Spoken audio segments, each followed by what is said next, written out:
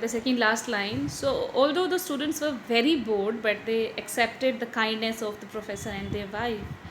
Sadao had often told Hannah how nearly he had not gone to Harley's house that night. Professor Harley is the professor who was boring but yes anxious for the foreign students.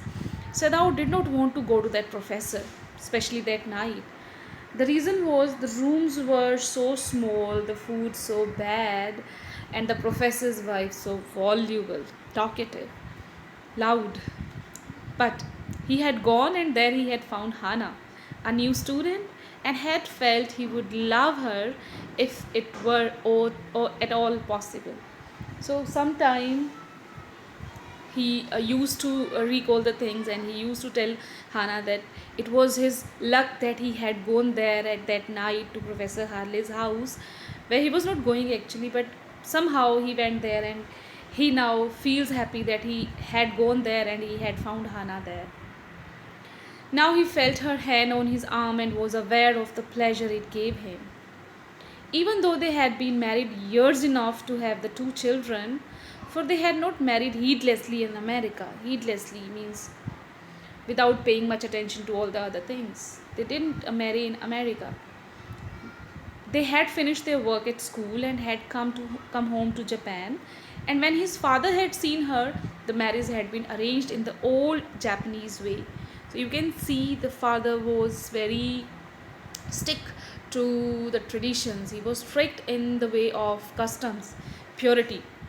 Although Sadao and Hannah had talked everything over beforehand, but still, the final, you can say, arrangements and everything was decided by Sadao's father. They were perfectly happy. She laid her cheek against his arm. It was at this moment that both of them, Sadao and Hannah, saw something black come out of the mist because it was mist, so they were not able to see the picture clearly. It was a man. He was flung up, he was thrown up out of the ocean, flung, thrown, it seemed, to his feet by a breaker. Some breaker hit his feet. He staggered a few steps, he was not able to walk properly. He crawled for a few steps, his body outlined against the mist, only his body outlining was visible to Sadao and Hannah. His arms above his head, then the curled mists hid him again. Who's that? Hannah cried. She dropped Sadao's arm and they both leaned over, bent over the railing of the veranda. So they were standing over the veranda and they were looking out at the beach where they noticed a man. Now they saw him again. The man was on his hands and knees crawling. Then they saw him fall on his face and lie there. And then they saw that the man fell on his face and he was lying there. And with that text, I also have started from today to tell you something new, some vocab, some phrases, and now today we'll see others' way to say let me know. We use it, let me know.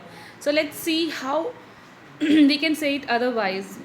We can say it keep me posted, keep me updated, keep me in the loop. You can use this. Let me know. You can say keep me in the loop, keep me informed, or get back to me. This is very common, it's used by many of the people around us. Get back to me, enlighten me, okay, or notify me. This shows.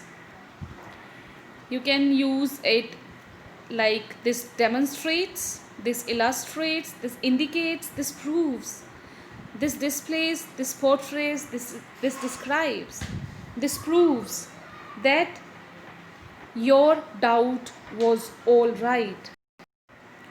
Next, if you want to say it is important, you can say it's significant.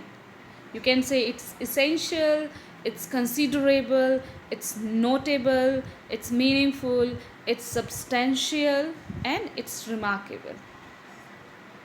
In conclusion, it is very important for you and it's going to be used by you, and especially in writing section.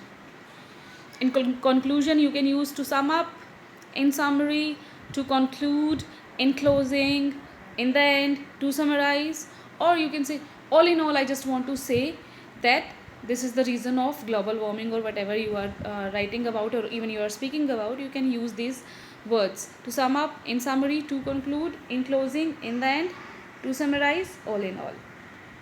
Next is for example. This is used very much. Many a times it is used whether we are speaking to somebody or writing something.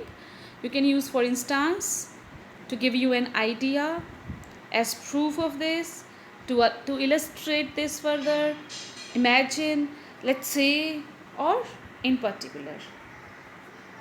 So these were some of the slides. See the videos again and again. You note down these words also, these phrases also in your fair notebook. Okay, have a good day.